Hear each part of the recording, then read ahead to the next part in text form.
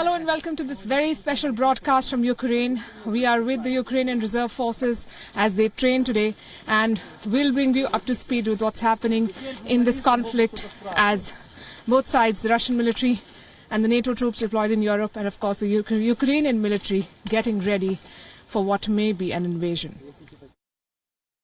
It's not just the armed forces who are training for war here. Even regular civilians who become a part of the reserve forces are preparing to take on the mighty Russian military. Mariana Zaglo, mother of 3, is dreading her long rifle. She signed up 2 years ago to be in the reserves and has undergone sniper training. This 52-year-old defense reservist insists she is willing to fight to defend her country. I am a soldier now, and of course I must follow orders. Whatever the order is, I will follow it. I will not kill people, but I will protect my home. Ukrainians, hardened by the years of conflict, are not panicking and are readying themselves in case the worst does come. There are enough weapons for everyone. And if you want to get a weapon and go to war, the Ukrainian authorities will give it to you. It will not take much time. Personally, I went through 30 days of training and they gave me a machine gun. The situation in Kharkiv, just 40 kilometers from the border, where tens of thousands of Russian troops have massed, feels particularly perilous. Kharkiv is Ukraine's second largest city, and people here have been preparing to abandon their civilian lives and fight back if Russian forces invade. You need to be brave and strong if the enemy crosses our borders. The time has come to be protectors, not only warriors. May God bless you. Our brothers have been killing us for the past 8 years. I feel rage. If behind the border they knew that here, they will be rebel. They would not dare come here because they would understand Grozny will seem like a childish thing. Members of a Ukrainian paramilitary unit have begun training civilian volunteers in the capital city in case of an invasion. The main task is to train the civilians in Kiev, and once we get enough Americans, we can form a unit and go to the front. But communication is key. If we don't have enough English speakers to form a coherent unit, then there's no point in deploying to the front. The Georgian Legion, formed in large part by ethnic Georgian volunteers to fight against Russian aggression in Ukraine in 2014, now includes people of various nationalities. I'm here for the reason why all these guys are here. At the same time, we're all here to fight against Russian aggression, and the main thing is that we're here to support this country and to help them to get through this fight for their freedom and for their rights that they want out of this Russian tyranny and barbarian regime that they use, especially with the Ukrainian people that they have been murdering and doing a lot of bad things the last 8 years. There are growing calls in Washington for the United States to support a potential Ukrainian insurgency. While Russia's forces are larger and more powerful than Ukraine's, an insurgency supported by US-funded arms and training could deter a full-scale invasion. Bureau Report, WION, World is One. The entire country of Ukraine has become a sort of a training ground, and urban warfare drills are being conducted in the town of Chernobyl as well, one of the most radioactive places in the world. Gunfire is echoing through the deserted streets and apartment blocks of Pripyat, and residents, of course, here were evacuated following the Chernobyl nuclear disaster of 1986, and that makes this place ideal for Ukrainian forces to train. But this training also comes with its own set of risks. Our next report tells you why. This is Pripyat, an abandoned town in the north of Ukraine. Just over 10 kilometers away from the Belarus border, the ghost town is part of the Chernobyl exclusion zone, which means that no one lives here. Everyone was evacuated after the nuclear reactor disaster in 1986. But for the Ukrainian troops, this makes Pripyat perfect. They can train here. They can practice clearing armed attackers, target mortar fire and take on snipers in urban conditions. The purpose of these exercises was to work out the scenario, the seizure of the premises and its liberation, what you saw by the National Guard. The second is to practice the work of a sniper couple.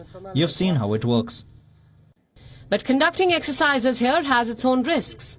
Ahead of the training, workers with Geiger counters had to scan the route to ensure that there are no radioactive hotspots. The control shows 0.18 microsieverts at a rate of 0.5. That is, it's absolutely safe to be in this area. Ukraine's defense minister points to the difficult terrain as a major obstacle and the threat from radiation if they try to push through the exclusion zone. I can confidently tell you that as of today, the concentration of Russian troops for exercises in Belarus is insufficient for an offensive operation. For now, security has been stepped up around all nuclear reactors, including the Chernobyl site, which remains covered by a mammoth protective sarcophagus. But the troops here are not training to counter a full-scale Russian invasion. They are instead preparing for the threat from uniformed infiltrators, those who may seize buildings and stir unrest across the country. For Ukraine's authorities, this type of internal destabilization remains their biggest worry. Bureau Report, WION, World is One. The Ukrainian forces have got a shot in the arm. They're being supplied by the latest weapons and the NATO forces have been deployed in Europe. Here's a report from the Yavoriv military base in western Ukraine.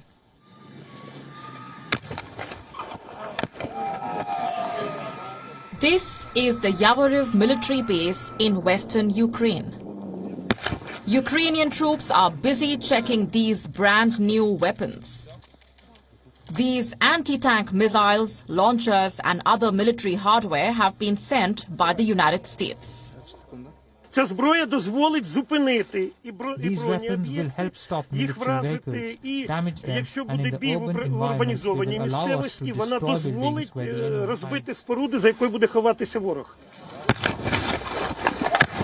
These weapons are part of a $200 million security package to help Kiev as it braces for a possible Russian military offensive.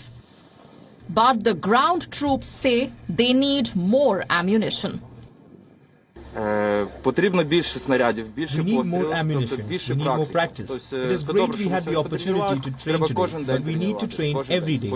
It was good to receive 2,000 weapons, but we need more. More weapons, more explosives, and more targeting instruments, definitely. Більше набоїв, прицілів більше, тобто оптики необхідно. In the face of Russia's latest build-up, some Western allies, led by the United States, have stepped up deliveries of arms to Kiev that could be used to ward off an attack. The United States has provided some $2.5 billion in military aid since 2014, and training from NATO allies, including Canada and Britain, has helped bolster battle readiness. Also, after years of conflict, Ukraine's forces are combat experienced and highly motivated. Despite the improvements, military analysts say Ukraine's military remains massively outgunned and outmanned by Moscow's vastly superior armed forces. Bureau Report, WION, World is One. The Russians have deployed more than 100,000 troops along the border and they've also set up field hospitals, blood banks. Of course, Moscow denies that it plans to invade Ukraine, but the Ukrainians are not taking any chances. Here's a report on the kind of drills being conducted by the Russian military in preparation for what could be an invasion. Russia is busy holding multiple drills around Ukraine's border. Ground drills in Voronezh region, some 300 kilometers from the Ukrainian border, a series of exercises on ground, air and water. However, Moscow asserts that it has no intentions to invade Ukraine. But on ground, the big guns are booming.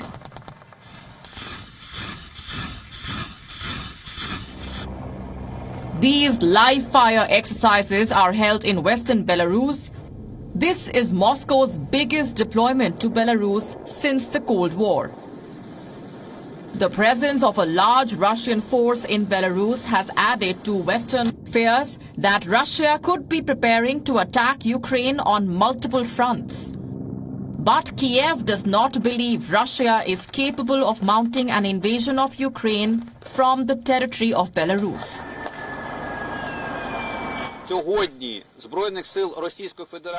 As of today, along Ukraine's border with Belarus and the Russian Federation, we do not observe the formation of a strike group. Today, Russia's cumulative forces taking part in exercises in Belarus number several thousand, which is not enough to carry out an independent invasion.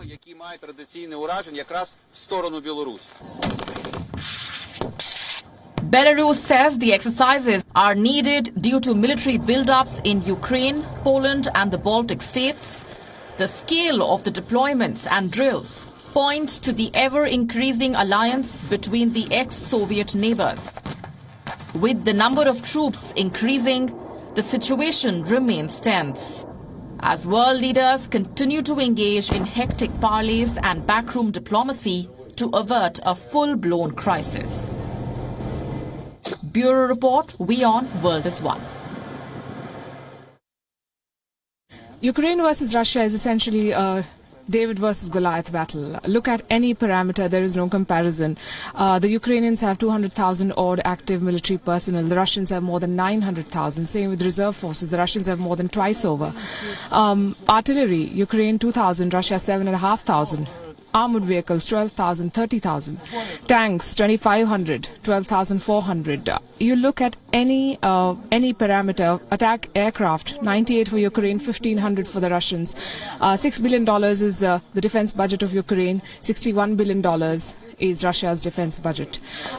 So on its own, Ukraine is no match for the Russians, but that's not stopping these people from preparing for any eventuality. This is one of the groups of the reserve forces, the territorial defense forces, which are training for battle. They will be an auxiliary force to back up the infantry, and the Ukrainian Defense Ministry announced that they are actively recruiting in these forces, and they are looking to spread them across 25 regions. 150 battalions is what they're working on, with more than 600 troops in each battalion, and they're getting war ready. Russia and Ukraine are the two largest countries in Europe. The neighbors were once part of the 15 Soviet republics, which made up the USSR. In 1991, following the collapse of the Soviet Union, Ukraine became an independent nation and distanced itself from Russia. Since then, it has grown into a potent military force, with the second largest military in the region, and second only to the Russian armed forces. But how capable are Ukraine's armed forces to tackle Russia in case of an invasion? Here's a head-to-head comparison. According to the 2022 Global Firepower Index, Russia has a military spending of $61.7 billion. That's 11.4% of its total government spending. In comparison, Ukraine was spending $5.9 billion on its armed forces, which equals to 8.8% of the Ukrainian government's entire spending. If we speak of military manpower, Russia has 900,000 active personnel. Ukraine has 209,000. Russia has 2 million reserve personnel. Ukraine has 900,000. If we speak of artillery or heavy military range weapons, Russia has 7,571. Ukraine has only 2,040. Next, we have armored vehicles, which combine operational mobility with offensive and defensive capabilities. Russia has 30,122 armored vehicles. Ukraine has 12,303. When it comes to tanks, the primary offensive weapon of any army, Russia once again has the edge. It has over 12,420 tanks, compared to 2,596 tanks in Ukraine's arsenal. When it comes to attack helicopters, Russia has 544 of them. Ukraine has just 34. And lastly, if we speak of fighter aircraft, the most potent weapon in air-to-air combat, Russia again outranks Ukraine. It has over 1,500 fighter aircraft. Ukraine has just 98. Russia outweighs Ukraine in almost every aspect. This may give an impression of an impending Ukrainian defeat in case of a war. But that may not exactly be the case. A number of countries are arming Ukraine to prevent the conflict from spilling over. This includes Estonia, which has sent Javelin anti-tank missiles to Ukraine. Latvia and Lithuania, who've sent Stinger anti-aircraft missiles to Ukraine. The UK, which has sent 2,000 anti-tank weapons. And the United States, which is deploying 300,000 troops in Eastern Europe to bolster Ukraine. To put it simply, in case of a war, Ukraine may not be as vulnerable as the numbers indicate. Bureau Report, WION, World is One. That'll be all on this special broadcast from Ukraine. As we track the conflict from ground zero, we'll keep sending you reports and updates. This is Palki Sharma Upadhyay signing off with the WION team from Ukraine. It is a strategic fight, but for the Ukrainians, it's an existential battle.